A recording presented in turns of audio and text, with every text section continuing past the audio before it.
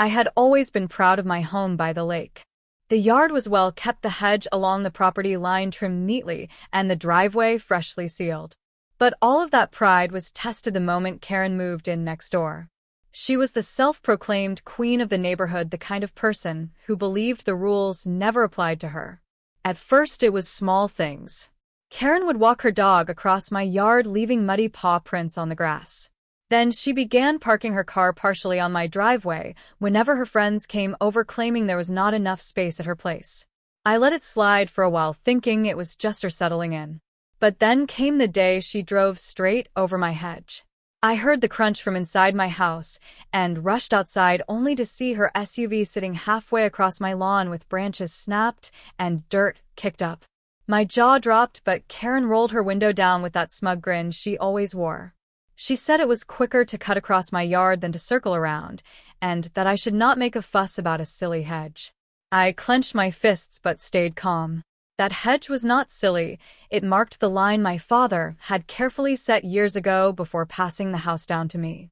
I told her firmly not to do it again. She laughed, waved her hand, and drove away, leaving tire tracks carved deep into the soil. The next morning I noticed she had done it again. And the morning after that. It became her routine, cutting across my property line as if it were her own private shortcut. Each time the hedge got more ruined and the ground more damaged. I took pictures every time and saved them in a folder, knowing I would need proof sooner or later. When I confronted Karen about it in front of some other neighbors, she raised her voice and claimed the property line was wrong. She insisted that half of my hedge was actually hers and that I should be grateful she was even trimming it with her car. The neighbors exchanged looks, some of them whispering, but Karen seemed to think she had won. That was the moment I decided I had to teach her a lesson she would never forget. So one weekend, when Karen was away, I started working on my plan. I reinforced the hedge line with heavy decorative stones hidden just beneath the soil, then laid down thick metal spikes along the edge of the grass disguised with turf. From a distance, it looked like an ordinary patch of yard, nothing suspicious at all. But it was no longer a soft shortcut for her wheels, it was a trap waiting for her arrogance. The very next evening I was in my living room when I heard the familiar roar of her SUV. Then came the sound I had been waiting for, a loud thud followed by a screech and the hiss of air escaping. I rushed outside, trying to hide the smirk on my face. There was Karen sitting red-faced behind the wheel of her car, the front tire completely shredded against the hidden spikes and her bumper scratched by the stones. She jumped out and started shouting, accusing me of sabotaging her vehicle and claiming I had set a trap. I calmly pointed to the tire tracks already carved across my yard and said the truth. She should not have been driving over my property in the first place. Neighbors started to gather, some with their phones recording the whole scene. Karen sputtered and screamed, demanding the police be called. I told her to go ahead because I had plenty of photos and videos showing her trespassing again and again. Her confidence began to waver for the first time. The smug grin was gone, replaced by nervous glances as the crowd grew larger around us. But I did not stop there. I told her clearly that I was done warning her and that the next step would be taking her to court for property damage. Karen tried to argue, but with the flat tire and the broken bumper, she looked more like the fool than the queen she thought she was. The neighbors who once nodded silently at her orders were now laughing quietly behind their hands. And Karen realized she was not in control anymore. Would you like me to continue building up the tension to the point where the police actually arrive and Karen's arrogance finally collapses in front of everyone? Karen fumbled with her phone, her fingers shaking as she tried to dial the police. The crowd of neighbors watched in silence, some whispering and others recording every second. Her face was red, her voice shrill as she shouted into the phone, claiming I had booby-trapped my yard to hurt her. I stood with my arms crossed, calm and steady, waiting for the police to show up because I knew the truth was on my side. It did not take long for the flashing lights to appear down the street. 2 officers stepped out of their patrol car, and immediately the crowd began pointing and talking all at once. Karen rushed forward, waving her arms, yelling about her car and my so-called trap. The officers held up their hands and asked everyone to quiet down. One officer turned to me and asked what had happened. I pulled out my phone, opened the folder of photos, and handed it to him. There was picture after picture of Karen's SUV driving across my hedge, tire marks stamped into the soil, broken branches scattered on the ground, each photo dated and time-stamped. The officer scrolled through them, his brow tightening as he looked back at Karen. Karen stammered, trying to explain that the property line was hers, that she was simply driving on her own yard. But the officer asked for proof. Did she have a survey or deed to back up her claim? Karen hesitated, glancing around as if someone would step forward to defend her. No one did. The neighbors who had once tolerated her were now nodding toward me, confirming that the hedge had always been the property line. Another officer inspected the damage on the car, crouching down to look at the shredded tire and the scratched bumper. He followed the tire tracks leading straight from the road across my lawn and into the hedge where the car had been stopped. When he stood up, he did not look happy. Karen was sweating by then, pacing in circles, her voice cracking as she accused me of endangering the neighborhood. I stayed silent because I knew the evidence was already stacked high in my favor. The officers asked Karen once more if she wanted to file a report against me. She opened her mouth to say yes, but then the first officer cut her off and explained clearly that if she did, she would have to admit to trespassing repeatedly onto private property. That meant her complaint would immediately turn into a case against her. Karen froze, her eyes wide, her lips trembling as if the realization finally hit her. The neighbors began to chuckle softly, some even clapping their hands. Karen looked around, desperate to regain her control, but it was gone the moment she drove over my hedge. The officer finally turned back to me and asked if I wanted to press charges for property damage. Karen spun around, shocked, her mouth falling open, as if she could not believe what she was hearing. I kept my eyes on her, calm, steady, and said I had not decided yet, but I wanted her to understand the consequences of what she had done. Karen flinched, like the words cut deeper than anything else that had been said that night.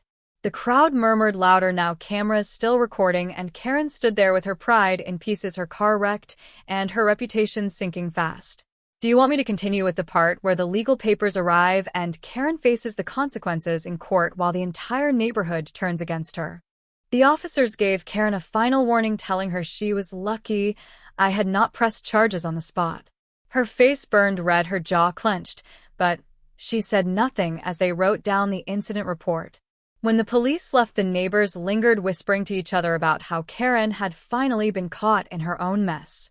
Some of them approached me, quietly thanking me for standing up to her, since many had been too afraid to confront her themselves. The next morning, I decided to take things further. I drove to the county office and requested the official survey of the property lines. The clerk pulled the records, showing without any doubt that the hedge and the land it stood on were fully mine. I had the papers copied and stamped, then placed them neatly in a folder. When I returned home, Karen's car was gone, but broken branches still littered the ground. I gathered them into a pile and took more photos for the record. Later that week, I received a letter in the mail from the HOA. It was written in the usual sharp tone, claiming my hedge was a violation and that I needed to remove it within 30 days. I smiled as I slid the letter into the folder with the survey papers, because now I had all the evidence I needed. The next day, I mailed my official response. It included a copy of the survey proof that the hedge was on my property and a notice that any further attempts to force me to remove it would be considered harassment. I also added photos of the damage caused by Karen's vehicle. 2 days later, Karen herself stormed up to my front porch holding another HOA letter in her hand. She tried to shove it toward me, her voice sharp as she demanded I comply. I did not even touch the paper. Instead, I handed her my folder and told her to read carefully. Her eyes scanned the survey, then the photographs, then the note I had attached, warning her of legal action if she set foot on my property again. Her expression twisted from anger to shock, then to something else, fear. She threw the folder back at me, muttering under her breath before storming off without another word. That night, I noticed fewer lights on at her house and no cars in the driveway. The neighbors told me later that she had been quiet, avoiding everyone, as if she already knew the storm that was coming. But I was not done yet, because I wanted to make sure this would never happen again. Would you like me to continue with the moment Karen finally gets served legal papers and the courtroom scene where everything turns against her? A week later, a knock came at my door, and when I opened it, a process server stood there holding an envelope. He handed it to me with a nod and said it was official. Inside were documents showing that Karen and the HOA had filed a complaint against me, trying to force me to remove my hedge and accusing me of creating a danger to the community. I could not help but laugh as I flipped through the pages because their claims had no weight against the evidence I had carefully gathered. The very next morning, I met with an attorney. He looked through my folder of photograph surveys and the police report, then leaned back in his chair with a grin. He told me I had one of the strongest defense cases he had seen in a long time, and that I could even countersue for property damage and harassment. That was exactly what I decided to do. Weeks later, the court date arrived. The small courtroom was packed with neighbors curious to see what would happen. Karen sat on the other side, her arms crossed, her jaw tight, as the HOA representative whispered nervously beside her. When the judge entered the room, everyone stood, and silence fell. Karen was the first to speak, her voice high and strained as she repeated her claims that the hedge was an obstruction and that I had intentionally caused her car damage. But as soon as my lawyer began presenting the evidence, the entire mood shifted. The judge examined the survey documents, showing the hedge was well within my property line. He looked at the photos of Karen's car tracks running across my yard and the damage to the hedge. Then he reviewed the police report where officers confirmed her trespassing. Karen tried to interrupt, shouting that the hedge had no place in the neighborhood, but the judge silenced her with a sharp knock of the gavel. The HOA representative looked defeated, sliding lower in his seat while the neighbors in the gallery began whispering and shaking their heads. Karen glanced around, realizing no one was supporting her anymore. Every piece of evidence stacked higher and higher against her until even she could not deny the truth. The judge leaned forward, finally delivering his decision. Karen and the HOA had no grounds for their complaint. Not only that, but they were now responsible for compensating me for the damage to my hedge, as well as covering my legal costs. The courtroom erupted in murmurs, some neighbors even clapping softly. Karen sat frozen, her face pale, her mouth slightly open, as if she could not believe what had just happened. The HOA representative buried his face in his hands, clearly knowing this defeat would echo through the entire neighborhood. I stood calmly, letting the weight of the moment sink in. This was not just a victory for me, but a clear message to anyone who thought they could trample over my property and get away with it. But deep down, I knew Karen was not the type to give up quietly, and that this battle might not be over yet. Do you want me to continue with what Karen tries next after her courtroom defeat and how the neighborhood reacts to her downfall? Karen left the courtroom that day with her shoulders hunched and her eyes darting around the room as if searching for an ally. But no one approached her, not even the HOA representative, who quickly slipped out the back door without a word. When I walked outside, several neighbors gathered around me, patting me on the back and congratulating me for finally standing up to her. Some even admitted they had been waiting for someone to put Karen in her place because she had been causing trouble for years. For the first time in a long while, I felt like the neighborhood was united. But Karen was not finished. 2 nights later, I noticed her car creeping slowly past my house, headlights dimmed like she was trying not to be noticed. The next morning, I found a nasty anonymous note taped to my mailbox telling me I had made a big mistake embarrassing her in court. The handwriting was messy, but I recognized the sharp loops and jagged strokes. It was Karen's style.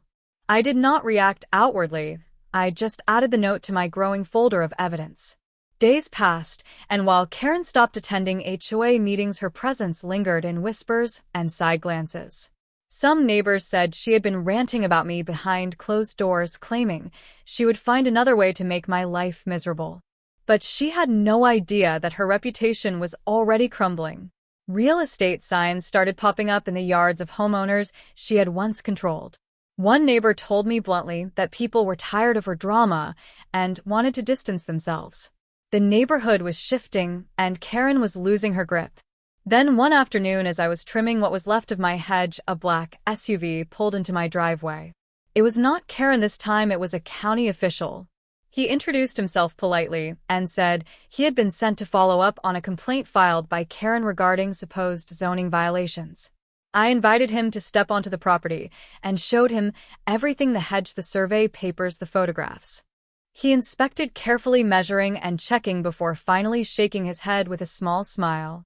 He said my property was perfectly within the law and that whoever filed the complaint had wasted his time. I knew exactly who had made that call, and he knew it too. Before leaving, he told me quietly that people like Karen often dig their own holes deeper and deeper until they cannot climb out. I nodded, watching his SUV drive away, feeling the truth of his words settle in. Karen was still trying to fight, but each move only made her look weaker. And I was ready for whatever scheme she tried next. Do you want me to carry on with the moment when Karen pushes things too far and the entire HOA finally turns against her completely? Weeks rolled by, and the tension in the neighborhood grew heavier each day. Karen had gone from parading around like she owned every yard on the block to skulking behind curtains, glaring out at anyone who dared walk past her house. But her bitterness only made her more reckless. One evening, a neighbor named Sarah knocked on my door with a worried look on her face. She told me Karen had been trying to rally support again, this time going door to door, claiming that I was destroying the character of the neighborhood with my hedge and my stubbornness. Sarah laughed nervously as she told me no one believed Karen anymore. Most neighbors just closed the door on her mid-sentence. Still, Sarah warned me that Karen seemed desperate and that desperate people often made mistakes. I thanked her and added her words to the growing picture of what Karen was becoming, a woman cornered by her own arrogance. The very next morning, Karen struck again. I woke to the sound of scraping metal outside. When I stepped onto my porch, I saw Karen in her yard dragging large stakes and pieces of string across the grass, trying to mark what she claimed was the new boundary line. She was red-faced, muttering to herself as she hammered a stake into the soil right in the middle of my hedge. Neighbors began gathering at a distance, some filming with their phones as they shook their heads. I calmly pulled out my own phone and started recording two walking slowly toward the line she was trying to create. Karen snapped at me to stay back, her voice sharp and shaking. But I only asked her one question: did she have any legal documentation to support what she was doing? Her mouth opened, but no sound came out, her hands trembling as she gripped the hammer. The crowd of neighbors grew louder, some calling out for her to stop before she embarrassed herself even further. Finally, she threw the hammer down and stormed back to her driveway, muttering that none of us understood how things were supposed to be done. But the damage was done not to my property, but to her reputation. The neighbors who had once been afraid of her now openly laughed, shaking their heads and talking about how she had completely lost control. Karen disappeared into her house, slamming the door so hard the windows rattled. I knew then she was on the edge of burning every last bridge she had in the community. And all I had to do was wait, because her next move was bound to push things too far. Do you want me to continue with the part where Karen makes her final desperate attempt and the entire HOA finally votes against her, stripping her of all power? Karen stayed quiet for a few days after her outburst, but everyone knew she was plotting something. The neighborhood had grown unusually peaceful during her silence, almost as if people were enjoying a rare break from her constant meddling. But it did not last long. One Saturday morning, I woke to the sound of loud knocking at my door. When I opened it, Karen stood there with two other HOA board members flanking her like guards. She had a stack of papers in her hand, her face twisted into a smug grin. She announced loudly that the HOA had voted to impose fines on me for refusing to comply with neighborhood standards. The board members looked uncomfortable, shifting nervously as she waved the papers in my face. I asked to see the documents, and when I read them, I realized they were nothing but empty threats. No signatures, no official seal, just Karen's handwriting and some generic HOA language she had copied from old newsletters. The neighbors had begun to gather again, drawn by the commotion. I held up the papers and read them out loud, letting everyone hear how ridiculous they sounded. The crowd started laughing, shaking their heads, and murmuring among themselves. Karen's face flushed bright red. She shouted at the crowd, telling them they were all ungrateful and blind to her leadership. One of the board members finally spoke up, his voice shaky but firm. He admitted that the so-called vote had never happened and that Karen had drafted the papers herself. The other board member nodded, adding that he was tired of being dragged into her schemes. The neighbors gasped, some even clapped at the confession. Karen froze, her mouth opening and closing like she was searching for words, but nothing came. Her own board had just exposed her in front of everyone. I stood there quietly, letting the moment hang heavy in the air, because Karen had finally crossed the line that would undo her completely. She screamed at the two board members, calling them traitors, before storming off, leaving the fake documents crumpled in my hand. The neighbors followed her with their eyes until she slammed her door and disappeared inside her house. From that day forward, the conversations in the neighborhood shifted entirely. It was no longer about whether Karen was too strict or too bossy. Now it was about how to remove her from the HOA altogether. The same people who once whispered complaints now spoke openly about calling a special meeting to vote her out. Karen had finally turned everyone against her, and I knew it was only a matter of time before she faced her biggest downfall yet. Do you want me to continue with the part where the special HOA meeting takes place and Karen loses the last shred of control she thought she had? The days leading up to the special HOA meeting were tense. Karen barely came out of her house, and when she did, she avoided eye contact with everyone. Her once confident strut was replaced by quick, nervous steps as she hurried to her car or mailbox. Meanwhile, the neighbors began organizing more openly. Flyers were quietly slipped into mailboxes announcing the special meeting, and discussions buzzed in driveways and over backyard fences. When the evening of the meeting finally arrived, the community center was packed. People who normally stayed silent showed up, determined to have their voices heard. I walked in to see Karen sitting at the front table, her arms crossed and her expression hard. She was trying to look in control, but the unease in her eyes betrayed her. As the meeting started, one of the board members, the same one who had exposed her fake documents, stood up to address the crowd. He spoke clearly, explaining how Karen had acted on her own without board approval and misused her position to harass neighbors. Murmurs spread through the room, heads nodding in agreement. Karen interrupted loudly, accusing him of lying and claiming that she was the only one who truly cared about the community. But her voice cracked as she spoke, and the room no longer seemed to be on her side. One by one, neighbors stood and shared their own stories of how Karen had bullied them. A family who had been fined for having a kid's bike left on their driveway for an hour. An elderly couple who had been threatened over the color of their shutters. Even a young mother who admitted she had been brought to tears when Karen berated her for leaving a stroller near the entrance for a few minutes. The weight of the stories piled up, and Karen's posture grew smaller with every word. Finally, it was my turn. I stood calmly and reminded everyone of how she had tried to intimidate me over my property line and how she had trespassed and faked documents. The room went quiet as I held up the crumpled papers again, proof of her lies. Everyone stared at Karen, waiting for her to explain, but she had nothing. Her face was pale, her hands clenched tightly on the table, her eyes darting back and forth like a cornered animal. The board called for a vote. Every hand in the room, except for Karen's, shot into the air in favor of removing her as HOA president. It was unanimous. Karen had lost the power she clung to for so long.